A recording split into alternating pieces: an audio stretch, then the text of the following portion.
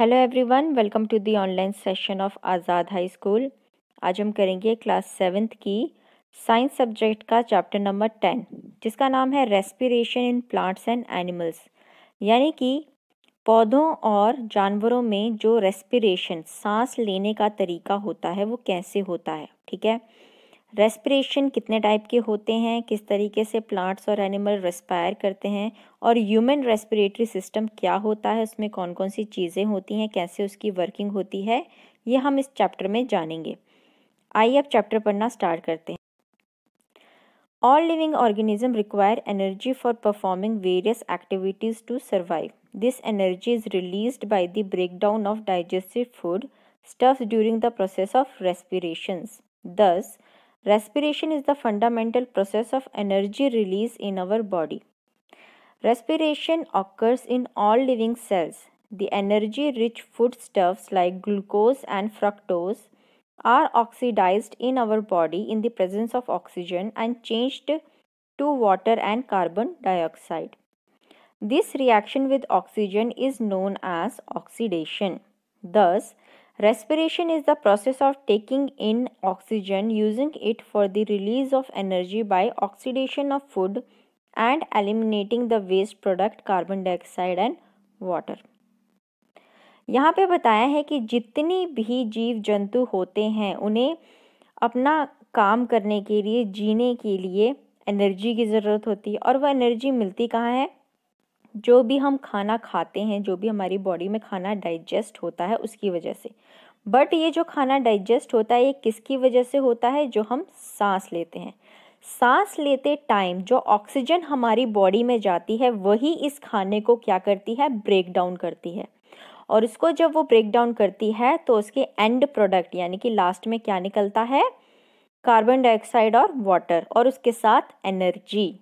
ठीक है, इसी प्रोसेस को कहते हैं रेस्पिरेशन।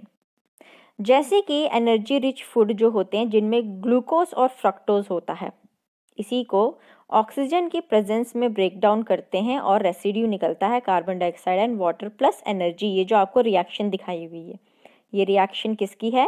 रेस्पिरेशन प्रोसेस की। ग्लूकोज का फॉर्मूला होता है C6H12O6, उसके साथ लग जाता है ऑक्सीजन 6 मॉलिक्यूल्स का, फिर उसमें जो निकलता है क्या निकलता है? कार्बन डाइऑक्साइड एंड वाटर, और साथ ही बहुत सी एनर्जी। रेस्पिरेशन 2 स्टेप में होती है, एक होती है एक्सटर्नल रेस्पिरेशन और दूसरी होती है इंटरनल रेस्पिरेशन। ठीक है, अब एक्सटर्नल रेस्पिरेशन जिसे हम ब्रीदिंग कहते हैं, सांस लेना, और इंटरनल जो हमारी बॉडी में रेस्पिरेशन होती है उसको कहते हैं सेलुलर रेस्पिरेशन, यानी कि ये जो रेस्पिरेशन है ये सेल के अंदर होती है। सबसे पहले हम जानेंगे ब्रीदिंग में क्या होता है। ब्रीदिंग इज अ प्रोसेस जिसमें हम ऑक्सीजन ब्रीद इन करते हैं और कार्बन डाइऑक्साइड ब्रीद आउट करते हैं। ठीक है, exchange of oxygen and carbon dioxide ये किससे होता है? ये पूरा जितना भी हमारा ब्रीदिंग मैकेनिज्म होता है उसकी तरीके से होता है, और हर एनिमल में डिफरेंट एनिमल में डिफरेंट ब्रीदिंग प्रोसेस होता है और उनके ऑर्गन भी अलग अलग होते हैं। मैमल्स में क्या होता है? मैमल किसे कहते हैं? जैसे हम हो गए या जो बड़े बड़े जानवर होते हैं, उनमें ब्रीदिंग प्रोसेस के लिए एक ऑर्गन है लंग। ठीक है, लंग क्या करता है? ऑक्सीजन लेता है अपने अंदर और वो ऑक्सीजन फिर डिस्ट्रीब्यूट करता है ब्लड सेल्स के जरिए पूरी हमारी पार्ट ऑफ द बॉडीज में। दूसरा होता है इंटरनल रेस्पिरेशन, जिसको कि सेलुलर रेस्पिरेशन भी कहा जाता है। जब हम लंग्स में ऑक्सीजन लेते हैं, हम या कोई भी जो एनिमल्स होते हैं वो अपने जब अंदर ऑक्सीजन लेते हैं तो वो ऑक्सीजन किस में कंबाइन होती है? ब्लड में। ठीक है, तो यही ब्लड क्या करता है? उस फूड के साथ, जो हम खाना इनटेक करते हैं उसमें जो ग्लूकोज प्रेजेंट होता है उसके साथ जाके रिएक्ट करता है और फिर एनर्जी रिलीज करता है। यही एनर्जी कब रिलीज होती है? जब रेस्पिरेशन होती है। ठीक है, इसके अंदर बहुत सारे केमिकल रिएक्शंस लगती हैं जिसमें ज़्यादातर जो एंजाइम हमारी बॉडी के अंदर होते हैं वो एक कैटलिस्ट की तरह इस्तेमाल किए जाते हैं। कैटलिस्ट क्या होते हैं? कैटलिस्ट मतलब कोई भी एजेंट जो रिएक्शन को तेज़ी से करें, तो वो क्या है? हमारी बॉडी के एंजाइम। यही एनर्जी फिर यूज़ की जाती है हमारी जितनी भी डे टू डे एक्टिविटीज़ हैं उनके लिए। ठीक है, और यही पार्ट हमारी रेस्पिरेशन का क्या कहलाता है? Cellular respiration. सेलुलर रेस्पिरेशन हमारे सेल के अंदर जो माइटोकॉन्ड्रिया होता है, जो हमारे सेल का ऑर्गेनल है एक, जिसे power house of the cell भी कहा जाता है, उसके अंदर ये चीज़ होती है। ठीक है, सेलुलर रेस्पिरेशन सारे लिविंग ऑर्गेनिजम्स में होती ही होती है, चाहे वो इंसान हो या छोटे से छोटा यूनिसेलुलर बैक्टीरिया हो, क्योंकि कोई भी लिविंग ऑर्गेनिज्म किससे बना है? एक सेल से। तो सेल वाली जो रेस्पिरेशन है वो तो होनी ही होनी है। ओके, अब ये जो रेस्पिरेशन का प्रोसेस है ये सिमिलर किसकी तरह है? कंबशन का। कंबशन भी in the presence of oxygen होता है और रेस्पिरेशन भी in the presence of oxygen ही होता है। दोनों में सेम केमिकल चेंज और सेम केमिकल रिएक्शन होती है और दोनों में ही एनर्जी रिलीज होती है। आइए पढ़ते हैं differences between cellular respiration and breathing. Breathing यानी कि एक्सटर्नल रेस्पिरेशन और सेलुलर यानी कि इंटरनल रेस्पिरेशन। ब्रीदिंग क्या है? एक फिजिकल प्रोसेस है जिसमें एक्सचेंज ऑफ ऑक्सीजन और कार्बन डाइऑक्साइड होता है। लेकिन सेलुलर बायोलॉजिकल प्रोसेस है। सेलुलर क्या है? Biochemical process. बायोकेमिकल क्यों? क्योंकि ये हमारी बॉडी के अंदर होता है। ठीक है, इसमें क्या होता है, जो ग्लूकोज है उसको ऑक्सीडाइज करते हैं और फिर कार्बन डाइऑक्साइड, वाटर और एनर्जी रिलीज होती है। ये आउटसाइड ऑफ द सेल्स में होता है यानी कि लंग्स में, और इंटरनल वाला विद इन द सेल होता है। ठीक है, सेल के अंदर।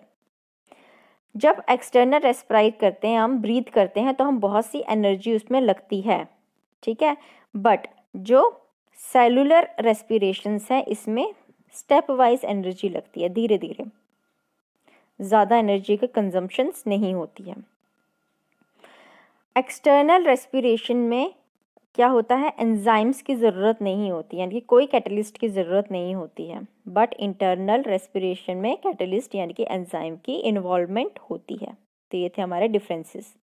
नेक्स्ट डिफरेंस बिटवीन बताया है कंबशन और सेलुलर रेस्पिरेशन में। कंबशन एक फास्ट प्रोसेस है बट सेलुलर रेस्पिरेशन स्लो है। कंबशन हाई टेम्परेचर में होता है और सेलुलर हमारी बॉडी के टेम्परेचर में होता है। कंबशन किसी के भी बीच में हो सकता है बट सेलुलर रेस्पिरेशन किसी लिविंग सेल के अंदर ही होता है। एनर्जी रिलीज होती है कंबशन में सिंगल स्टेप में इन the form of heat and light, but cellular रेस्पिरेशन में जो एनर्जी होती है वो रिलीज होती है स्टेप में और स्टोर भी होती है किसमें? केमिकल मॉलिक्यूल की तरह, जिसे हम एटीपी बोलते हैं, यानी कि हमारी बॉडी में ही जो होता है। नेक्स्ट अब हम पढ़ेंगे टाइप्स ऑफ रेस्पिरेशन। रेस्पिरेशन कितने प्रकार की होती हैं? ये दो प्रकार की होती हैं। एक होता है एरोबिक रेस्पिरेशन और एक होता है एनएरोबिक रेस्पिरेशन। एरोबिक रेस्पिरेशन क्या होता है? वो जो ऑक्सीजन की प्रेजेंस में बने, यानी कि इसमें ऑक्सीजन ज़रूरी होता है। जितनी भी बॉडीज़ होती हैं लिविंग ऑर्गेनिज्म की, वो ज़्यादातर एरोबिक रेस्पिरेशन ही करती हैं। ठीक है, यानी कि हम क्या करते हैं, ऑक्सीजन लेते हैं और ऑक्सीजन फिर ग्लूकोज जो हमारी बॉडी में खाने में ग्लूकोज होता है उसको ब्रेक डाउन करता है, उसके बाद कार्बन डाइऑक्साइड और वाटर निकलता है और बहुत सारी एनर्जी निकलती है। ये पूरा ही केमिकल प्रोसेस है जिसकी इक्वेशन हमने पीछे ही पढ़ी है। बट एनएरोबिक रेस्पिरेशन क्या होता है? एनएरोबिक रेस्पिरेशन क्या होता है?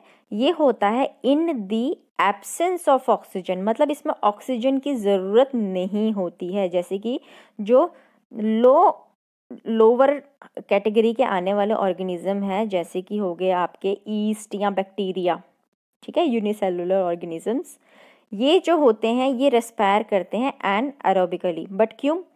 जैसे कि जो कुछ कुछ चीज़ें होती हैं ज़मीन के अंदर उगती हैं, ठीक है, तो जो चीज़ ज़मीन के अंदर अपने काम करती हैं तो वो उसके अंदर रेस्पायर कर रही है और ज़मीन के अंदर तो ऑक्सीजन होता ही नहीं है। तो ऐसी जो रेस्पिरेशन या ऐसे जो जीव ज़मीन के अंदर ही अपना जीवन काट रहे होते हैं छोटे छोटे से, ये क्या करते हैं? एनएरोबिकली रेस्पायर करते हैं। ठीक है, और ईस्ट, बैक्टीरिया, ये सब भी क्या करते हैं? इसमें भी यही एनारोबिक रेस्पिरेशन करते हैं। इसमें क्या होता है? इसमें जो ग्लूकोज होता है वो, उसको कोई ऑक्सीजन नहीं लगता, वो खुद ही ब्रेक डाउन हो जाता है किसमें?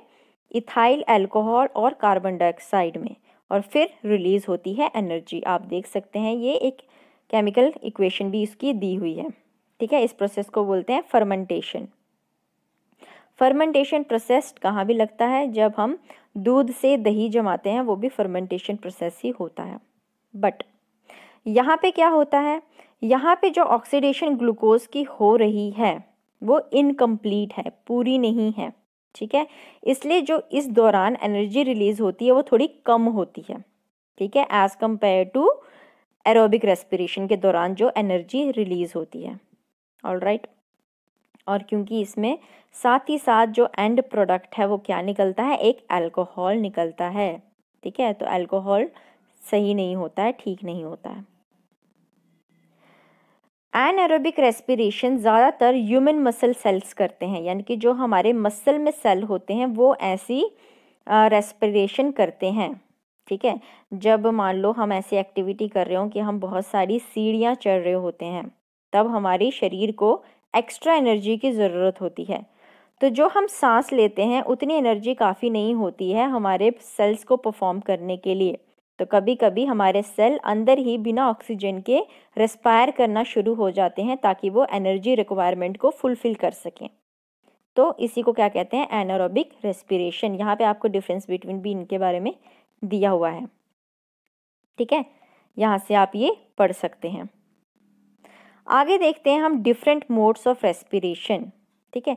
सांस जो हम लेते हैं वो कैसे कैसे लेते हैं, हम हो गए या अलग कोई भी जितने भी लिविंग ऑर्गेनिज्म हैं वो, हमें पता है कि हम ऑक्सीजन लेते हैं और कार्बन डाइऑक्साइड छोड़ते हैं। बट कुछ ऐसी ऑर्गेनिजम्स हैं, छोटे छोटे कीड़े मकोड़े लाइक बैक्टीरिया, अमीबा या सिंगल सेल के जो ऑर्गेनिज्म होते हैं वो किससे लेते हैं, अपनी स्किन से रेस्पायर करते हैं। यानी कि उनकी सांस वो कहाँ से लेते हैं, ऑक्सीजन को इनटेक कैसे करते हैं, अपनी स्किन से। वो कौन कौन से ऑर्गेनिज्म है, अमीबा, स्पायरोगायरा, कैलमाइडोमोनस एंड पैरामीशियम। ये क्या करते हैं, इनमें जो एक्सचेंज ऑफ ऑक्सीजन और कार्बन डाइऑक्साइड होता है वो होता है थ्रू देयर स्किन, और इस प्रोसेस को क्या कहते हैं, डिफ्यूजन। डिफ्यूजन क्या होता है, बाहर की चीज़ को अंदर आना या अंदर की चीज़ को बाहर जाना। But in the case of gases, जब एक्सचेंज ऑफ गैसेस होता है तो किस प्रोसेस से होता है, डिफ्यूजन से, ठीक है। बट जो एक यूनिसेलुलर हैं कुछ ऐसे जैसे कि हाइड्रा हो गया, लीच या अर्थवॉर्म, इनकी भी डिफ्यूजन से ही ये अपने एक्सचेंज ऑफ गैसेस करते हैं। बट ये कैसे करते हैं, मॉइस्ट आउटर सरफेस से। इनकी जो सरफेस बाहर का जो स्किन होती है वो बहुत ही चिपचिपी और मॉइस्चर वाली होती है, ठीक है। इसलिए वो अपनी पूरी एंटायर बॉडी उनको हेल्प करती है एक्सचेंज ऑफ गैसेस करने में। कुछ ऐसे भी कीड़े मकोड़े होते हैं, insect like grass hopper, cockroaches, इनके ऊपर क्या होते हैं, एक टाइनी छोटे छोटे एयर ट्यूब होते हैं जिनको ट्रैकिया कहा जाता है, ठीक है। यहीं से ये रेस्पायर करते हैं। ये क्या होता है, एक छोटी छोटी सी ओपनिंग्स होती है उनकी बॉडी सरफेस पे जिनको हम स्पाइरिकल्स या स्टिग्माटा भी कहते हैं। पोर्स, छिद्र, इनकी बॉडी में छोटे छोटे से छिद्र होते हैं जिनके थ्रू, जिनको क्या बोलते हैं, स्पाइरिकल्स, और इनके थ्रू ये क्या करते हैं, रेस्पायर करते हैं, ठीक है। इनकी जो मूवमेंट होती है, जब ये चलते हैं रेंग रेंग के अपने पेट के बल चलते हैं, या ग्रासहोपर जैसे कीड़े जिनके पंख भी होते हैं, तो जब ये पंख फड़फड़ाते हैं या पेट के बल रेंग के चलते हैं तो यही जो मूवमेंट होती है ये सफिशिएंट होती है पंप करने के लिए एयर को in and out of the trachea. उसके ट्रैकिया में एयर अंदर जाना और बाहर जाना, यही मूवमेंट क्या करते हैं, काम करते हैं, ठीक है। तो यही जो होता है ट्रैकिया का नेटवर्क, ये सप्लाई करता है ऑक्सीजन को in every cell of the body of this organisms, ठीक है। इन इंसेक्ट्स में ब्लड जो होता है इनका, वो कोई भी रोल प्ले नहीं करता है ऑक्सीजन को कैरी करने के लिए, इन छोटे छोटे कीड़े मकोड़ों में, ठीक है। ब्लड का कोई काम नहीं होता, वो डायरेक्ट अपनी स्किन से ही लेते हैं, सांस में अपने सेल्स में लेते हैं ऑक्सीजन और वहीं से छोड़ देते हैं। कुछ ऐसे ऑर्गेनिजम्स हैं जो गिल्स उनका एक ऑर्गन है जहाँ से वो सांस लेते हैं। कौन कौन से होते हैं, फिशेस, जितनी भी मछलियाँ होती हैं वो अपनी गिल से रेस्पायर करती हैं। यहाँ पे आप फोटो में भी देख सकते हैं, जो साइड में दिया है मछली के, ये क्या है, गिल्स। और गिल्स क्या है, made up of a large number of, किससे बने हैं ये, बहुत सारे फिलामेंट्स, छोटी छोटी सी लाइनिंग्स होती हैं उनसे बने हुए हैं, ठीक है, जिनके अंदर बहुत सारे ब्लड कैपिलरीज हैं, ठीक है, छोटे छोटे ब्लड्स की चीज़ें हैं, कैपिलरीज वो हैं present. As the water enters the mouth, जब वो अपने मुंह में जो पानी होता है उसको लेते हैं तो वो किससे फ्लो करता है? थ्रू देयर गिल्स, उनके गिल्स से फ्लो होता हुआ जाता है। अब पानी में भी ऑक्सीजन तो होता ही है, आपको पानी का फॉर्मूला पता है ना, H2O, तो ऑक्सीजन तो होता है। तो जितना भी डिजॉल्व ऑक्सीजन उस पानी में होता है वो गिल्स के थ्रू जब जाता है तो वो गिल्स क्या करते हैं? उसको इनटेक कर लेते हैं और वही एब्जॉर्ब कर लेती हैं जो गिल्स में ब्लड कैपिलरीज प्रेजेंट होती हैं, और फिर उतना ले लिया और फिर वापस वहीं से ही कार्बन डाइऑक्साइड को छोड़ दिया, ठीक है। अब ह्यूमन बींग्स जो होते हैं वो एब्जॉर्ब नहीं कर पाते हैं ऑक्सीजन जो पानी में डिजॉल्व होता है, राइट। हम जो हैं वो पानी का ऑक्सीजन नहीं ले सकते हैं, हमारे में वो चीज़ नहीं है, हमारे में गिल्स प्रेजेंट नहीं है। तो इसीलिए जो स्विमर्स होते हैं, जो ओशंस में ट्रैवल करते हैं, तैरते हैं, वो अपना एक अलग से ऑक्सीजन सिलेंडर कैरी करके ले जाते हैं सांस लेने के लिए। फैक्ट फाइल में आपको एक चीज़ बताई है वेल्स के बारे में। वेल्स भी एक तरह की क्या है, वो एक्वाटिक एनिमल है, पानी में पाया जाता है, लेकिन उनके पास गिल्स नहीं होते हैं। वो सांस कहाँ से लेते हैं? उनके अंदर भी लंग्स होते हैं, ठीक है। उनकी जो बॉडी होती है उसके ऊपर एक होल होता है जिसको कि ब्लो होल कहा जाता है, वेल्स के सर के ऊपर। जब वो सरफेस पे आती हैं तो वो उसी ब्लू होल के जरिए क्या करती हैं? सांस ले लेती हैं। और कभी कभी तो वेल्स में इतनी क्षमता होती है कि वो 1 घंटे तक अपनी सांस भी रोके रख सकती है। आगे बातें करेंगे हम फ्रॉग की। फ्रॉग, मेंढक, वो क्या है? एक एम्फीबियन है। एम्फीबियन का मतलब क्या होता है? वह जानवर जो ज़मीन और पानी दोनों में सांस ले सकते हैं, तो उसमें एक फ्रॉग भी एक चीज़ है, राइट। अब उसके पास एक से ज़्यादा ऑर्गन है सांस लेने के लिए। कैसे? जो टैडपोल होता है, बेबी फ्रॉग, मतलब कि जो फ्रॉग का बच्चा होता है, वो सांस लेता है गिल्स के ज़रिए, उसके पास गिल्स होते हैं। जब वो बड़ा होने लगता है, एडल्ट फ्रॉग में बदल जाता है, तो उसके अंदर एयर बैग यानी कि लंग्स डेवलप हो जाते हैं एक्सचेंज ऑफ गैसेस करने के लिए। इसके अलावा जो फ्रॉग की स्किन होती है वो भी एक तरह का रेस्पिरेटरी ऑर्गन की तरह काम करती है, यानी कि फ्रॉग के पास कितनी कितनी चीज़ें हैं। जब वो बच्चा होता है तो उनके पास गिल्स होते हैं, उसके अलावा उसके पास लंग्स आ जाते हैं, उसके अलावा उसकी स्किन भी एज ए रेस्पिरेटरी सिस्टम काम कर पाती है। मतलब उसके पास मोर देन 1 ऑर्गन्स हैं रेस्पायर करने के लिए। ड्यूरिंग हाइबरनेशन, हाइबरनेशन किसे कहते हैं? विंटर की स्लीप। कुछ कुछ ऐसे जानवर होते हैं जो एक्सट्रीम सर्दी में क्या करते हैं? सो जाते हैं कहीं पे जाके अंडरग्राउंड अपना बिल बना के, ऐसा कुछ। या फिर एस्टिवेशन, एस्टिवेशन होती है समर स्लीप, जब ज़्यादा गर्मी पड़ती है तब चले जाना कहीं पे, छुप के बैठ जाना, वहाँ सो जाना। तो उस दौरान फ्रॉग भी रेस्पायर करते हैं अपनी मॉइस्ट स्किन के ज़रिए। अब हम पढ़ेंगे थ्रू लंग्स। आगे जितने भी पिछले में मैंने आपको मेथड बताया रेस्पिरेशन के लिए, वो सारे स्मॉल साइज एनिमल के लिए एप्लीकेबल होते हैं, बट जो लार्ज साइज एनिमल होते हैं या टेरेस्ट्रियल वर्टिब्रेट्स होते हैं, टेरेस्ट्रियल वर्टिब्रेट्स का मतलब होता है, टेरेस्ट्रियल हो गया लैंड, और वर्टिब्रेट्स वह जानवर होते हैं जिनके पास रीढ़ की हड्डी होती है, जैसे कि हम हो गए, शेर, टाइगर, या बहुत सारे ऐसे जानवर, ठीक है, उनको वर्टिब्रेट्स कहा जाता है। अब ऐसे लार्ज साइज जानवर, ठीक है, और टेरेस्ट्रियल वर्टिब्रेट्स, इनके पास क्या होता है? अपना एक स्पेशल रेस्पिरेटरी ऑर्गन होता है जिसको क्या कहा जाता है? लंग्स, ठीक है। और ह्यूमन बींग्स आते हैं इसमें, मैमल्स आते हैं, बहुत से रेप्टाइल्स और बर्ड्स भी आते हैं। कुछ कुछ तो जो बड़े बड़े एम्फीबियन हैं, जैसे मैंने फ्रॉग की बात की थी, एडल्ट फ्रॉग, उनके पास भी ये लंग्स मौजूद होते हैं। नाउ अब हम पढ़ेंगे रेस्पिरेशन इन प्लांट्स। प्लांट्स में, पौधों में रेस्पिरेशन कैसे होती है? पौधे भी सांस लेते हैं। बेसिकली सांस लेने का मतलब है इनटेक ऑफ ऑक्सीजन या इनटेक ऑफ कार्बन डाइऑक्साइड, ठीक है, या एक्सक्रीशन ऑफ ऑक्सीजन या एक्सक्रीशन ऑफ कार्बन डाइऑक्साइड, मतलब एक्सचेंज ऑफ गैसेस होना कार्बन डाइऑक्साइड और ऑक्सीजन का, यही क्या कहलाता है? रेस्पिरेशन। तो प्लांट्स भी ये चीज़ करते हैं, उन्हें भी रेस्पिरेशन करना पड़ता है अपने लिए एनर्जी प्रोड्यूस करने के लिए। ठीक है। तो प्लांट यूज़ करते हैं जो एटमॉस्फेयर में, यानी कि हमारी हवा में जो ऑक्सीजन होता है उसको यूज़ करते हैं for the break down of the glucose. Glucose क्या है? फूड है एक तरह का, ठीक है। तो उस ग्लूकोज को ब्रेक डाउन करने के लिए वो एटमॉस्फेयर से ऑक्सीजन लेते हैं, फिर उसको ब्रेक डाउन करते हैं और रिजल्टेंट में क्या निकलता है? कार्बन डाइऑक्साइड और वाटर, और साथ में बहुत सी एनर्जी। अब प्लांट्स के पास कोई स्पेशल रेस्पिरेटरी ऑर्गन नहीं है। वो कहाँ से करते हैं? उनका जो प्रोसेस है वो सिंपल है डिफ्यूजन ऑफ गैसेस का। वो करते हैं जो उनकी लीव्स होती हैं, यानी कि जो उसके पत्ते होते हैं प्लांट के, उनके लोअर सरफेस में कुछ छोटे छोटे पोर्स होते हैं जिनको स्टोमेटा कहा जाता है। वो वहाँ से क्या करते हैं? सांस लेते हैं, ठीक है। स्टोमेटा लीव्स में भी प्रेजेंट होता है और किसी किसी की स्टेम, यानी कि जो उसकी टहनी होती है उसमें भी प्रेजेंट होता है। हायर प्लांट्स, जो बड़े बड़े प्लांट्स हैं, वो ऑक्सीजन और कार्बन डाइऑक्साइड इन आउट करते हैं through their roots and stem.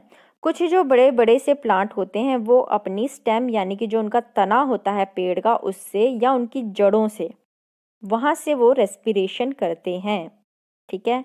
बहुत सी ऐसी, बट ज़्यादातर मेजॉरिटी ऑफ गैस एक्सचेंज जो होता है वो स्टोमेटा से ही होता है, ठीक है। अगर कोई क्वेश्चन पूछ लेता है हाउ डू प्लांट रेस्पायर, या प्लांट के कौन सी चीज़ से रेस्पिरेशन होती है, एक्सचेंज ऑफ गैसेस होती है, तो आप लिखेंगे स्टोमेटा ही, ठीक है। बट यहाँ पे इतना बताया गया है कि जो हायर लेवल के प्लांट्स होते हैं कभी कभी वहाँ पे वो रेस्पायर करते हैं through their stem as well as their roots.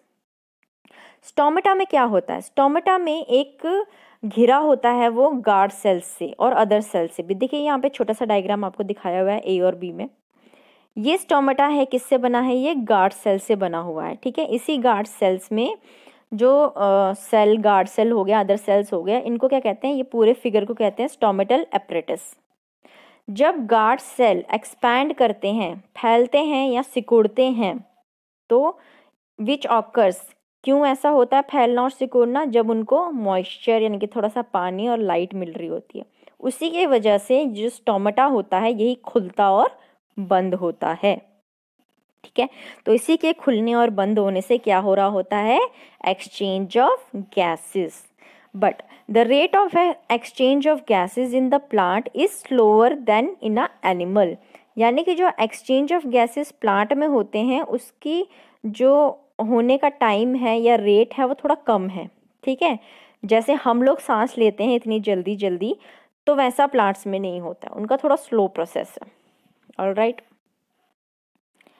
Some of the energy released during respiration used by the organism. Respiration के दौरान बहुत सी भी नहीं बोल सकते, बट कुछ एनर्जी जो होती है वो रिलीज होती है, वो हम देख चुके हैं, जो हमारा फॉर्मूला था break down of the glucose का, ठीक है।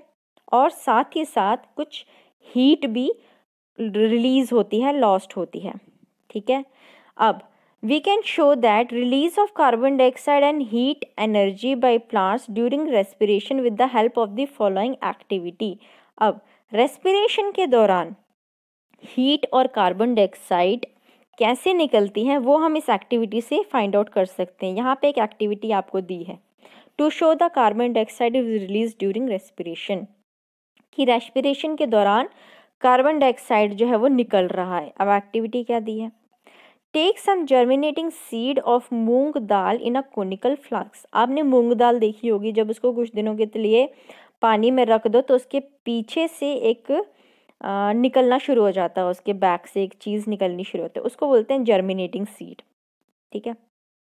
वो सीड आपने थोड़े से लेने हैं और एक फ्लास्क में डालने हैं। फिर ऊपर एक स्मॉल टेस्ट ट्यूब से उसके अंदर क्या डालना है? एक स्मॉल टेस्ट ट्यूब वहाँ रख लेनी है जिसमें KOH यानी कि पोटेशियम हाइड्रोक्साइड का सॉल्यूशन रखा गया है। ऐसे हैंगिंग करके लटका के बस रख देना है, ठीक है। साथ ही साथ यहाँ पे क्या कहा है? Hang small test tube with the help of a fine thread. फिर एक और टेस्ट ट्यूब आपने इसमें कर लेनी है, लटका देनी है साइड से एक थ्रेड से, एक धागे से लटकाते हुए एक टेस्ट ट्यूब भी यहाँ लटका देनी है साथ में। Mouth of the conical flask should be air tight with cock. फिर आपने जो कॉनिकल फ्लास्क है उसका जो ऊपर का एरिया है वो एक कॉर्क यानी कि रबर का एक ढक्कन सा होता है उससे बंद कर देना है कंप्लीटली, ठीक है। Fixed a bend capillary tube with one end in conical flask and other end in the beaker containing colored water। फिर एक ट्यूब सी हमने ऐसे लगानी है जिसको डिलीवरी ट्यूब कहा जाता है। एक उसका एंड जो होगा वो कॉनिकल फ्लास्क में होगा और दूसरा एक ट्यूब में होगा। उस ट्यूब के अंदर क्या रखा हुआ है? कलर्ड वाटर, ठीक है। Keep the setup for about 2 hours. यही सेटअप हमने पूरे 2 घंटे तक ऐसे ही रख देना है। फिर आप देखेंगे जो पानी का लेवल है वो क्या होगा? चेंज होगा। जो पानी का लेवल उस तरफ रखा गया है वो एकदम चेंज होने लगेगा।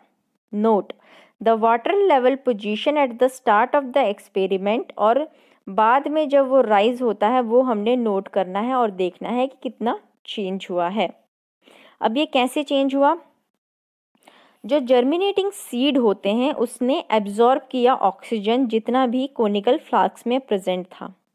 जब उस ऑक्सीजन को उसने एब्जॉर्ब किया तो उसने लास्ट में क्या रिलीज किया होगा? Carbon dioxide. और जब कार्बन डाइऑक्साइड एब्जॉर्ब कर लिया किसने? जो हमने ऊपर सोल्यूशन लगा रखा था पोटेशियम हाइड्रोक्साइड का। जब इन दोनों के बीच में रिएक्शन हुआ तो एंड प्रोडक्ट क्या निकला? H2O, यानी कि वाटर रिलीज हुआ। उसकी वजह से दूसरी साइड में जो वाटर था वो ऊपर की तरफ आने लगा। Water rises up in the capillary tube to fill the space created by the gas. Gas की वजह से जो भी स्पेस बची थी उसकी क्या होगा? उसको फिल करने के लिए जो पानी है वो ऊपर ऊपर उठता रहता है, ठीक है। तो इससे हमें पता चलता है कि जो जर्मिनेटिंग सीड होते हैं वो क्या रिलीज करते हैं? Carbon dioxide. Fact file. Fact में क्या दिया हुआ है? कुछ जो लकड़ी वाले प्लांट होते हैं, वुडी प्लांट्स होते हैं, उनकी स्टेम्स में लेंटिकल्स होते हैं, ठीक है। लेंटिकल्स मतलब लंबी लंबी सी रेशें टाइप के। और वही लेंटिकल्स क्या होते हैं? एक तरह की ओपनिंग भी होती हैं जो गैस को एक्सचेंज करने में काम आते हैं। जब हम कहते हैं ना कि स्टेम से भी रेस्पिरेशन होती है, वो इन्हीं लेंटिकल्स के द्वारा होती है, ओके। नेक्स्ट हम पढ़ेंगे रेस्पिरेशन इन रूट। जड़ों में रेस्पिरेशन यानी कि एक्सचेंज ऑफ गैसेस कैसे होता है? हमें पता है कि जो रूट्स होते हैं वो अंडरग्राउंड होते हैं, राइट। और जो रूट सेल्स होंगे उन्हें भी ऑक्सीजन चाहिए होता है ताकि वो रेस्पिरेशन कर सके और एनर्जी निकाल सके अपने यूज़ के लिए, ठीक है, अपने काम करने के लिए, यानी कि प्लांट को बढ़ने के लिए भी एनर्जी चाहिए। तो जो रूट होते हैं, root of the plant take up air from the spaces between the soil particle. जो सॉइल पार्टिकल में वो होते हैं, ठीक है, उनके बीच में जो एयर भरी होती है, क्योंकि कुछ कुछ जो सॉइल पार्टिकल होते हैं वो इतने भी टाइटली पैक्ड नहीं होते हैं, वो थोड़े से लूज होते हैं, ठीक है। उनके बीच में थोड़ी थोड़ी भी एयर होती है जिसको हम एरेटेड सॉइल भी कहते हैं, ठीक है। थोड़ी थोड़ी एयर प्रेजेंट होती है। तो जो उन सॉइल पार्टिकल्स के बीच में एयर प्रेजेंट होती है वो वहाँ से वो एयर क्या करते हैं? लेते हैं। वहाँ से एयर लेंगे, डिफ्यूज़ करते हैं रूट हेयर में, फिर जो रूट सेल होते हैं वहाँ तक वो पहुँचती है और फिर रेस्पिरेशन का प्रोसेस शुरू होता है। कार्बन डाइऑक्साइड फिर से रिलीज़ करते हैं रूट सेल और फिर अपने ही रूट हेयर के द्वारा वो डिफ्यूज़ कर देते हैं कार्बन डाइऑक्साइड बाहर। तो इस तरीके से जो रूट्स होते हैं वो रेस्पायर करते हैं। अब कहा जाता है पॉटेड प्लांट। पॉटेड प्लांट का मतलब अगर आप किसी फ्लावर पॉट में एक प्लांट उगाते हैं, अगर आपने उसको ओवर वाटरिंग कर दी, ओवर वाटरिंग मतलब ज़्यादा पानी डाल दिया, तो ज़्यादा पानी डालने की वजह से क्या होगा? जो उसमें प्रेजेंट सॉइल होगी, मिट्टी होगी, उसके जो स्पेस होंगे वो पानी से भर जाएंगे, यानी कि एयर जो है वो क्या होगी? उड़ जाएगी। सारी चीज़ें आपने पानी से भर दी। इसकी वजह से जो रूट्स होते हैं वो सांस नहीं ले पाते हैं। रूट्स को भी सांस लेना बहुत ज़रूरी है, जिसकी वजह से क्या होता है कि वो प्लांट्स क्या है? झड़ने, उनकी जो प्लांट है वो शेड करने लग जाते हैं, वो अच्छे से सांस नहीं ले पाते। अब ये सांस नहीं ले पाना क्यों होता है? अगर ऑक्सीजन प्रेजेंट नहीं होगी तो रूट्स क्या करने लगेंगे? एनएरोबिक रेस्पिरेशन का फॉर्म स्टार्ट करने लगेंगे, ठीक है। एनएरोबिक रेस्पिरेशन क्या होती है? एब्सेंस ऑफ ऑक्सीजन में। अगर रूट्स ने एनएरोबिक प्रोसेस स्टार्ट कर दिया तो हमने पीछे रिएक्शन पढ़ी थी, एनएरोबिक प्रोसेस में आउटकम क्या निकलता है? अल्कोहल। और अल्कोहल जो होता है उसकी वजह से क्या होता है, रूट्स जो होती हैं सड़ जाती हैं और प्लांट मर जाता है। ठीक है, बट अब आप बोलोगे कि जो हम बीज लगाते हैं, जर्मिनेटिंग सीड मतलब जो बीज होता है वो भी तो एनाएरोबिकली से सांस लेता है, ज़मीन के अंदर उसको हम गाड़ के रखते हैं इतनी देर तक, वो भी तो सांस ले रहा होता है। बट वो सांस इसलिए ले पाता है, वो इसलिए नहीं मर पाता है क्योंकि उसके ऊपर एक लेयर होती है, बीज की लेयर। जो पौधा होता है वो बीज के अंदर होता है, राइट। छोटा पौधा जो होता है जो उगता है बाद में, वो बीज के अंदर होता है, तो उसको एक प्रोटेक्टिव लेयर मिली होती है, इसलिए वो एनाएरोबिक रेस्पिरेशन करने के बाद भी मरता नहीं है। ठीक है, बाद में जब वो पौधा क्या है जमीन से ऊपर उग जाता है तो वो तो ऊपर आराम से सांस ले लेता है।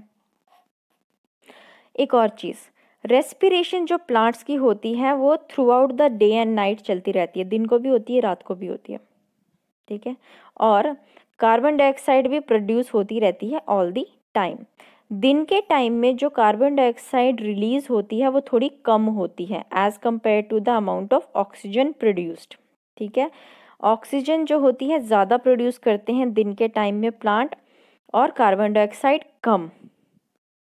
बट रात के टाइम में, अब दिन के टाइम में उसने ऑक्सीजन कैसे प्रोड्यूस किया, by the process of photosynthesis. जो प्लांट्स के खाने बनाने का प्रोसेस है उसमें क्या निकलता है बाहर, ऑक्सीजन। और दिन के टाइम में वो चीज़ हो रही होती है क्योंकि फोटोसिंथेसिस जो प्रोसेस है वो सनलाइट की हेल्प में होता है, राइट। अब सनलाइट जब तक है तो फोटोसिंथेसिस का प्रोसेस चल रहा है और ऑक्सीजन का भी काम हो रहा है। अब उसी दौरान जो प्लांट है वो सांस भी ले रहे हैं तो कार्बन डाइऑक्साइड भी रिलीज हो रहा है, बट जो amount of carbon dioxide release हो रहा है वो बहुत ही कम है। ठीक है, एज कम्पेयर टू ऑक्सीजन के, तो कोई टेंशन की बात नहीं। बट रात को क्योंकि सनलाइट होती नहीं है तो दैट मीन्स फोटोसिंथेसिस प्रोसेस नहीं होगा। अगर फोटोसिंथेसिस प्रोसेस नहीं होगा तो जो ऑक्सीजन की मात्रा है वो बहुत कम निकल रही है। ठीक है, अब ऑक्सीजन कम उसको मिल रहा है, निकल रही है, तो जो कार्बन डाइऑक्साइड होता है उसकी जो रिलीज है वो ज़्यादा होती है रात को। ठीक है, यानी कि जो पेड़ हैं वो रात को कार्बन डाइऑक्साइड बहुत ज़्यादा छोड़ते हैं, इसलिए आपको ये बताया जाता है कि रात के समय कभी भी पेड़ के नीचे नहीं सोना चाहिए। ठीक है, क्योंकि हमें सांस लेने के लिए ऑक्सीजन चाहिए, कार्बन डाइऑक्साइड नहीं। तो रात को अगर आप पेड़ के नीचे सोएंगे तो आप तो कार्बन डाइऑक्साइड ही इनहेल करेंगे, तो इससे क्या हो सकता है, आपकी तबीयत खराब हो सकती है, आपको बीमारियां हो सकती हैं। आगे हम पढ़ेंगे root respiration in aerial plants. Aerial plants क्या हैं? Specialized aerial roots enable plants to breathe air in habitats that have waterlogged soil. कुछ ऐसे प्लांट होते हैं जो दलदल वाली मिट्टी में उगे होते हैं। दलदली मिट्टी क्या होती है, पानी से भरी हुई, पानी भी और मिट्टी भी, ऐसी वाली जो ज़मीन होती है, ठीक है, उनमें भी कुछ पेड़ उगे होते हैं। अब वो जो रूट है जिसमें ऑलरेडी इतना पानी भरा हुआ है वो सांस लेंगे कैसे? तो ऐसे जो रूट्स होते हैं इनको बोलते हैं एरियल रूट। ये क्या होते हैं, ये अपनी स्टेम से ही आगे बाहर को निकले होते हैं या फिर ज़मीन से निकल के बाहर की तरफ इनके रूट्स जो होते हैं वो बाहर की तरफ निकले होते हैं, तभी इनको एरेटेड रूट कहा जाता है। ठीक है, यहाँ पे आपको इस पिक्चर में दिखाया है, देखिए ये जो जड़ें हैं ये ज़मीन से बाहर निकली हुई हैं, तो ये अपने सांस क्या है बाहर से ही थ्रू दी एटमॉस्फेरिक ऑक्सीजन ही ले लेते हैं। इनको कहा जाता है एरियल रूट्स। और ये पिक्चर किसकी दी है आपको, मैनग्रोव्स की। मैनग्रोव ऐसे पौधे हैं जो मडी एरिया में निकलते हैं, ठीक है, जो वाटर लॉक्ड सॉइल होती है उसमें ये उगते हैं। तो ये हमने पढ़ लिया रेस्पिरेशन इन प्लांट्स। अब हम पढ़ेंगे ह्यूमन रेस्पिरेटरी सिस्टम के बारे में। हमारे अंदर जो सांस लेने का पूरा सिस्टम है उसके बारे में हम जानेंगे। ह्यूमन रेस्पिरेटरी सिस्टम में बहुत से ऑर्गन्स आते हैं, ठीक है। एक रेस्पिरेटरी ट्रैक आती है, पाइप सी, फिर उसमें लंग्स आते हैं, फिर भी बहुत सारी चीज़ें होती हैं। जो ऑक्सीजन है वो पास होता है, हम लेते हैं एटमॉस्फेयर से, सांस लेते हैं, हमारे लंग्स तक जाता है, वहाँ पे कार्बन डाइऑक्साइड बनता है और सेम रास्ते से कार्बन डाइऑक्साइड बाहर निकल जाता है। अब ये जो हमारा ट्रैक्ट है, ये जो पाइप है पूरी, ये किस किस की बनी हुई है? सबसे पहले नॉस्ट्रिल्स यानी कि जो नाक के जो छेद हैं, फिर नेज़ल कैविटी, नाक की जो अंदर की पूरी कैविटी आती है, ठीक है। फिर नीचे जाके एक फ्रोनेक्स आता है, एक लैरिंक्स आता है, एक ट्रैकिया जिसको कि विंड पाइप कहते हैं, फिर ब्रोंकी आता है जो लंग्स के अंदर हमारी डक्ट होती हैं, पाइपें जैसी होती हैं वो, ये सब आता है पूरी, ये हमारा ट्रैक है रेस्पिरेटरी का, ठीक है। जो नेज़ल कैविटी होती है वो किसके ऊपर होती है? हमारी बक्कल कैविटी से। बक्कल कैविटी मतलब कि हमारे मुंह वाला जो पोर्शन है जहाँ पे जीभ और दांत होती है वो होती है बक्कल कैविटी। उसके ऊपर आती है हमारी नेज़ल कैविटी जो नाक का एरिया होता है, और ये दोनों ही एक जगह से, एक गैप से सेपरेटेड है जिसको कहा जाता है पैलेट, ठीक है। इन दोनों के बीच में जो पार्टीशन है उसको कहा जाता है पैलेट। सबसे पहले हम पढ़ेंगे नॉस्ट्रिल्स और नेज़ल कैविटी के बारे में। आपको पता है बाहर की एयर इतनी स्वच्छ नहीं है, इसमें बहुत सारे डस्ट पार्टिकल्स भरे हैं, माइक्रो ऑर्गेनिजम्स भरे हैं, जर्म्स भरे हैं, बड़ी सारी चीज़ें हैं, राइट। अब जो अनफिल्टर्ड एयर है वो हम डायरेक्टली अपने लंग्स में नहीं ले सकते हैं, इसमें बहुत सी हार्मफुल चीज़ें होती हैं, इसलिए हम जो सांस लेते हैं वो हमारे नॉस्ट्रिल्स यानी कि नाक के द्वारा सांस लेते हैं। हमारे नाक के अंदर एक स्लाइमी मस्कस प्रेजेंट होता है, ठीक है, एक चिपचिपी सी स्लाइमी मॉइस्चर वाली चीज़ होती है जो हमारे नाक में प्रेजेंट होती है। ये कहाँ से निकलती है? ये मक्यूस निकलता है हमारे जो नाक की अंदर वाली लाइनिंग है उससे, ठीक है। और जो एयर इज़ वार्म्ड, जब हम अंदर सांस लेते हैं तो जो हमारी ब्लड होता है वो इस एयर को क्या करता है? गर्म कर देता है। और दूसरा, जो हमारे नाक में ये स्लाइमी सी चीज़, ये मस्कस जो होता है, और जो हमारे नाक के बाल होते हैं, ये करते हैं, ये जितनी भी डस्ट पार्टिकल्स होते हैं उनको वहीं पे रोक देता है, और हार्मफुल बैक्टीरियाज को भी एक तरीके से फिल्टर का काम करता है, ठीक है। तो जब इसने हमारे नेज़ल कैविटी में एयर फिल्टर हो गई तो ये फिर कहाँ पे जाएगी? हमारे लंग्स तक जाती है। तो इसलिए आपको पता होगा कि हमारे नाक के बाल भी बहुत ज़रूरी होते हैं, ठीक है। और ये भी एडवाइस किया जाता है कि सांस हमेशा नाक से लेनी चाहिए, मुंह से नहीं, ठीक है। इसी वजह से, क्योंकि नाक हमारा बहुत सी इन्फेक्शंस या हार्मफुल बैक्टीरिया या डस्ट पार्टिकल को फिल्टर करता है और हमें डिजीजेस और इन्फेक्शन से भी बचाता है। आगे आती है बारी फिरोनेक्स एंड लैरिंक्स की। नेज़ल कैविटी से जाते हुए फिर कहाँ आते हैं? नेक्स्ट फिरोनेक्स में। फ्रॉम देयर, वहाँ से फिर एयर कहाँ तक जाती है? एक रेक्टेंगुलर चैम्बर में, ठीक है। एक रेक्टेंगुलर कलर का रेक्टेंगुलर जैसा चेम्बर होता है जिसको लैरिंक्स कहा जाता है, ठीक है। इसको हम वॉइस बॉक्स भी कहते हैं, जहाँ से आवाज़ निकलती है, ओके। फिरोनेक्स की एक ओपनिंग है, फिरोनेक्स में एक ओपनिंग है जिसको कि ग्लोटिस कहा जाता है, ठीक है। ये ओपनिंग कहाँ पे जाती है? लैरिंक्स तक जाती है, यानी कि फिरोनेक्स और लैरिंक्स के बीच की जो ओपनिंग है उसको ग्लोटिस कहा जाता है। और ये किसको, इस स्ट्रक्चर को कौन गार्ड करता है? एपिग्लोटिस। यहाँ पे आपको डायग्राम में भी साइड पे दिखाया गया है, एपिग्लोटिस गार्ड करता है, यानी कि इसकी ऊपर की लेयर है किसकी? ग्लोटिस की, ठीक है। एपिग्लोटिस प्रिवेंट करता है, ये इसका काम है। द फंक्शन ऑफ एपिग्लोटिस है कि खाने को हमारी विंड पाइप में जाने से रोकना। विंड पाइप ट्रैकिया को ही कहते हैं, ठीक है, कंफ्यूज मत होना। तो जो खाना है, अब देखो, हम खाना भी खाते हैं, सांस भी लेते हैं, तो ये जो पाइप है, वैसे तो दोनों की पाइप अलग अलग है, बट आगे जाके तो कहीं पे तो मिलते ही होंगे ना, क्योंकि जब आप देखेंगे कभी कभी आप जब सांस लेके मस्कस अंदर ले लेते हैं तो आपको ऐसा फील आता है कि आपने वो निगल लिया है, ठीक है। तो ये थोड़ा बहुत लगता है ना कि लाइक दोनों ही एक ही पाइप होंगी जहाँ से जा रहा है, बट जो एपिग्लोटिस है ये यही काम करता है कि खाने को कभी भी विंड पाइप में नहीं जाने देता, यानी कि जब हम सांस लेंगे तो एपिग्लोटिस ये जो ओपनिंग है विंड पाइप की वो खोल के रखेगा, बट जब हम खाना खाएंगे, जब तक हम अंदर निगल नहीं लेते तो ये वो चीज़ को रोक के रखता है, वहाँ नहीं जाने देता है, ठीक है। इसका ट्रैक जो है वो अलग ही रखता है। तो ये भी चीज़ है एपिग्लोटिस का फंक्शन। अब लेरिंक्स को क्या कहते हैं हम? Voice box. वॉइस बॉक्स एक रेक्टेंगुलर चेम्बर है जो हमारी साउंड प्रोड्यूस करता है, ठीक है। ये बिल्कुल ट्रैकिया के ऊपर होता है, ट्रैकिया यानी कि विंड पाइप के ऊपर। नेक्स्ट चीज़ हम पढ़ेंगे ट्रैकिया विंड पाइप के बारे में। एयर बाद में पास होती है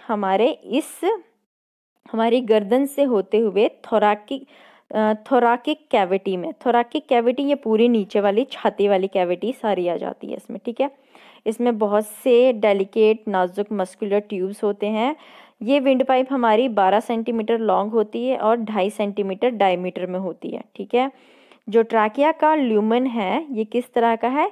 ये प्रोटेक्ट करता है सी शेप्ड कार्टिलेजियस रिंग्स में, यानी कि हड्डी की पतली पतली रिंग्स सी शेप की बनी होती है और इसके ऊपर ये विंड पाइप को प्रोटेक्ट करे हैं, ठीक है। कितनी है ये? 15 से 16 नंबर तक है।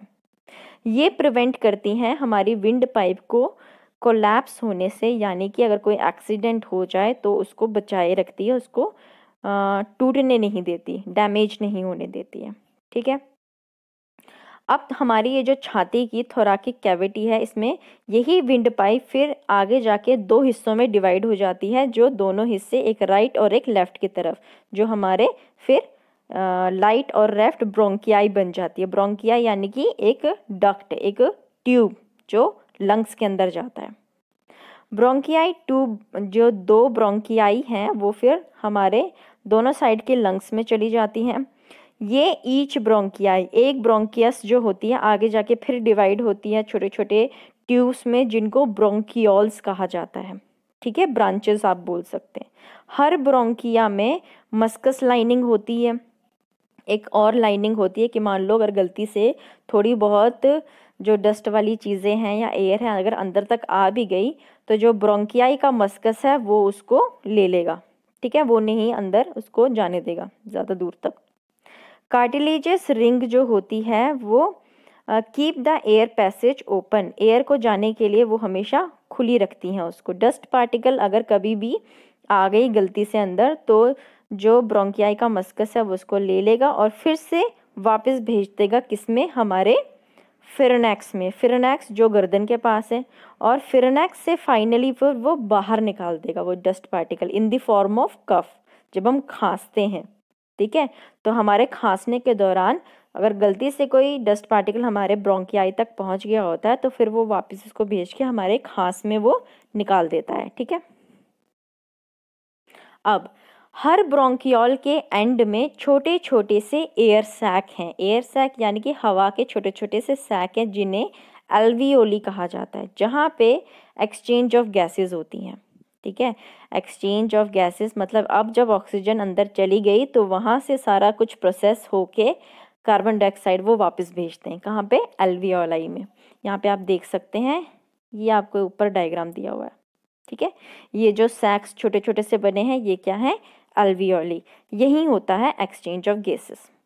लंग्स के बारे में अब हम पढ़ेंगे, लंग्स है क्या, ठीक है। ये भी आपको देख सकते हैं, यहाँ पे 2 दिया है। जब हम इनहेल करते हैं तब क्या होता है, जब हम एक्सहेल करते हैं तब क्या होता है। आइए ऊपर देखेंगे हम लंग्स के बारे में। लंग्स 2 होते हैं, हमें पता है। ये इलास्टिक होता है, यानी कि ये थोड़ा सा फूलता और कम भी होता है। पिंक कलर का स्पॉन्जी और कोन शेप स्ट्रक्चर है जो हमारी थोराकिक कैविटी में होता है। इसको कौन प्रोटेक्ट करता है? एक रिब केज, जो हमारी रीढ़ के, जिनको हम रिब केज जो हमारी आगे होती है, आप फील भी कर सकते हो अपने हाथ से, ठीक है। रिब केज और स्टर्नम होता है आगे से। एक वर्टिबल कॉलम है पीछे से एक हड्डियों का कॉलम भी होता है इसको प्रोटेक्ट करने के लिए, और दूसरा एक शीट भी होती है नीचे से जिसको डायफ्राम कहा जाता है। यानी कि आगे पीछे और नीचे तीनों तरफ से ही क्या है? फुल्ली प्रोटेक्टेड है।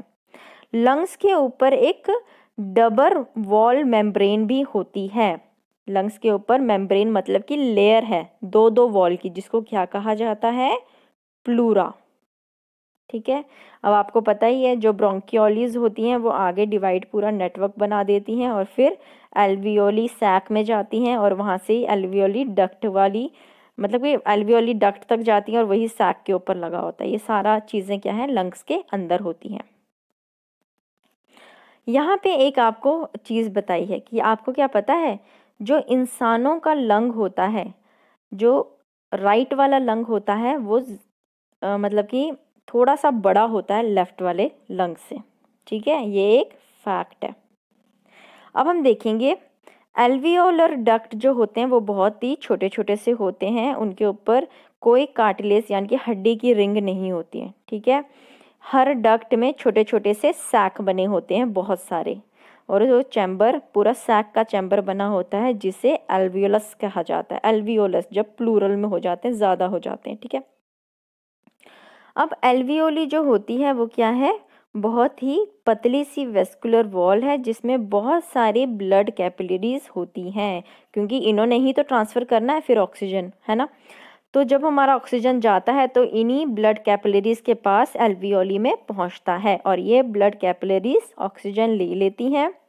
ठीक है, और फिर जितना भी कार्बन डाइऑक्साइड होता है इन्हीं ब्लड कैपिलरीज के थ्रू ऊपर चला जाता है।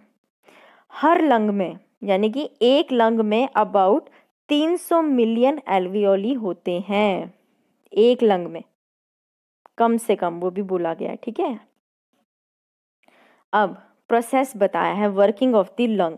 वर्किंग ऑफ द लंग कैसे काम होता है, जितनी भी ऑक्सीजन रिच एयर हमारे लंग में एंटर करके एल्वियोली तक पहुंचती है तो वहाँ की जो ब्लड कैपिलरीज होती हैं वो इस ऑक्सीजन को लेती हैं और कार्बन डाइऑक्साइड और वाटर को छोड़ देती हैं।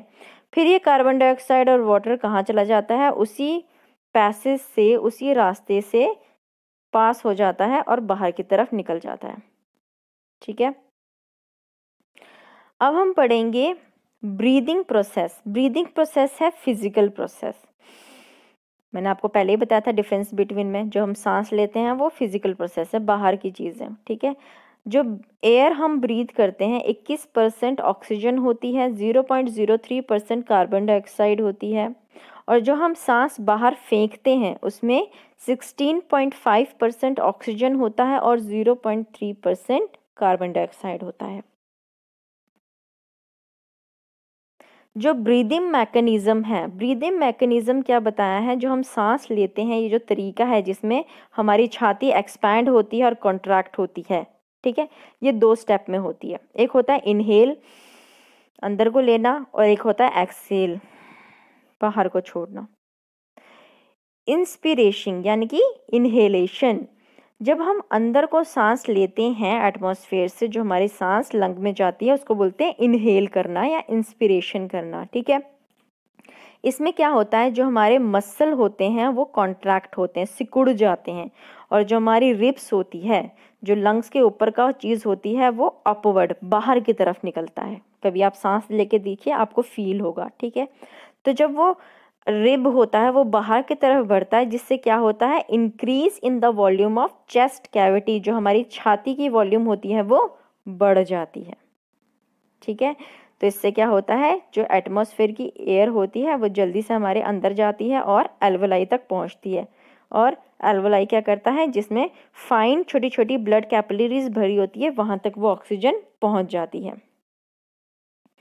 आगे नेक्स्ट है एक्सपिरेशन। एक्सपिरेशन यानी कि एक्सहेलेशन, सांस बाहर निकालना। अब इसका अपोजिट होगा, जब हम सांस बाहर निकालेंगे दैट मीन्स कार्बन डाइऑक्साइड और वाटर बाहर निकालेंगे। अब लंग्स से इस प्रोसेस में क्या होता है, पहले कॉन्ट्रैक्ट होती है मसल, तो अब इसमें रिलैक्स हो जाएंगी, मतलब बाहर की तरफ पहली जैसी पोजीशन पे आ जाएगी, और जो हमारी रिब है वो अब बाहर थी पहले, अब अंदर की तरफ चली जाएगी, यानी कि जो चेस्ट कैविटी है वो डिक्रीज हो गई है, जिसकी वजह से एयर बाहर की तरफ को पुश हो जाती है और रेस्पिरेटरी ट्रैक से निकल जाती है। ठीक है, इन दोनों ही प्रोसेस में जो हमारा डायफ्राम था, डायफ्राम क्या था, एक शीट थी जो हमारे लंग्स के नीचे थी, वो जब हम सांस लेते हैं वॉल्यूम कैविटी इंक्रीज होती है तो वो नीचे की तरफ जाती है। ठीक है, तो वो भी एक तरह का प्रेशर देती है। ठीक है, उसको एक प्रेशर मिलता है नीचे की तरफ जाने का, उसी की वजह से जो एयर होती है वो क्या होती है, लंग्स से भर जाता है, मतलब उसको जगह मिल जाती है। डायफ्राम नीचे चला जाता है तो एयर भर गई, तो उसको जगह मिल गई बहुत सारी। ठीक है, तो जब हमने सांस बाहर छोड़ दी तो फिर डायफ्राम अपनी पोजीशन पे आ जाता है और एयर जो है वो खाली हो जाती है, डिफ्लेट हो जाता है लंग्स। तो ये था इनहेलेशन और एक्सहेलेशन का प्रोसेस। फैक्ट में आपको बताया है कि ब्रीदिंग रेट वुमेन और चिल्ड्रन का फास्टर होता है मेन से, यानी कि औरतें और बच्चे ज़्यादा सांस लेते हैं एज कंपेयर टू आदमियों के। ठीक है, ये एक फैक्ट है। तो ये था आपका chapter about the respirations in plants and animals. I hope आपको समझ में आया होगा। अब हम करेंगे इसकी एक्सरसाइज। ठीक है, test your self, multiple choice questions, tick the correct option. Number 1, breathing is the process of, breathing किसका प्रोसेस है? तो इसका आंसर आएगा option C, inhalation, inhaling oxygen and exhaling carbon dioxide. Alright, next है 2, internal respiration takes place in the, जो internal respiration है वो कहाँ होती है? तो इसका है ऑप्शन बी, सेल में। ठीक है, नेक्स्ट है 3rd, एंजाइम्स आर इन्वॉल्व्स इन, जो एंजाइम है वो किस में होते हैं? तो इसका आएगा आपका ऑप्शन बी, सेलुलर रेस्पिरेशन। सेलुलर रेस्पिरेशन में एंजाइम्स की इन्वॉल्वमेंट होती है। नेक्स्ट है 4th, एरोबिक रेस्पिरेशन क्या होती है? तो इसका आएगा आपका option D, both A and B, दोनों में। एक तो 2 स्टेज प्रोसेस भी है ये, और साइटोप्लाज्म और माइटोकॉन्ड्रिया दोनों में ही होती है। ठीक है, नेक्स्ट है 5th, in which of the following organism the exchange of gases occurs by diffusion. Diffusion में किस में होता है? तो इसका आएगा option C, amoeba. Number 6, insect respire through their, insect किससे रिस्पायर करते हैं? तो इसका है ऑप्शन सी, स्पाइरिकल्स। ठीक है, 7th, how many alveoli are about in each lung of the human? इसका है option C, 300 million. Number 8, the double walled membrane which covers our lungs is called, इसका है ऑप्शन बी, प्लूरा। आगे करेंगे हम fill ups. Number 1, exchange of gases takes place in the alveoli of the lungs. Number 2, the red colored pigment present in the blood is hemoglobin. Number 3, end product of respiration are carbon dioxide and water. Number 4, in amoeba the exchange of gases occurs by diffusion through the cell membrane. Number 5, the breaking down of glucose into carbon dioxide and water occurs in aerobic respiration. Number 6, respiration that does not use oxygen is called anaerobic respiration. Number 7, during inspiration, intercostal muscles contract and the volume of the chest cavity increases. Third है true and false. Number 1, larynx is also called the voice box, यह है true. Number 2, earthworm respire through gills, यह है false. Number 3, exhaled air is oxygen rich, यह है false. Number 4, respiration is an energy producing process, यह है true. और 5th में दिया है frog breathe through lungs and skin, यह है ट्रू। अब करेंगे हम मैच द फॉलोइंग। आरबीसी, इसको आप मैच करेंगे number B, carriers of oxygen के साथ। नंबर 2, एल्वियोली, इसको आप मैच करेंगे सी, लंग्स के साथ। नंबर 3, एरोबिक रेस्पिरेशन, इसको आप मैच करेंगे डी, प्रेजेंस ऑफ ऑक्सीजन के साथ। और नंबर 4, एनाएरोबिक रेस्पिरेशन, इसको आप मैच करेंगे ए, इथाइल अल्कोहल के साथ। ठीक है, अब करते हैं 5th part, strike the odd one out. इसमें से ऑड वन को आपने सर्कल करना है। Number 1, gills, lungs, skin, spiracles, stomata.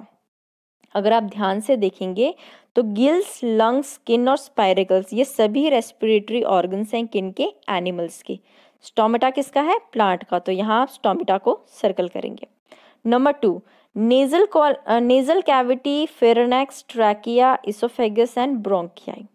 तो बाकी सब रेस्पिरेटरी सिस्टम के पार्ट हैं सिवाय इसोफेगस की। इसोफेगस को क्या कहते हैं? Food pipe. तो यहाँ पे आपने इसको सर्कल करना है। नंबर 3, एरोबिक रेस्पिरेशन, सेलुलर respiration, breathing and photosynthesis and combustion. बाकी सारे रेस्पिरेशन के प्रोसेस है। कंबशन भी क्या है? Similar to the cellular respiration, तो सभी सेम है, एक फोटोसिंथेसिस अलग है। तो यहाँ पे आप फोटोसिंथेसिस को क्या करेंगे?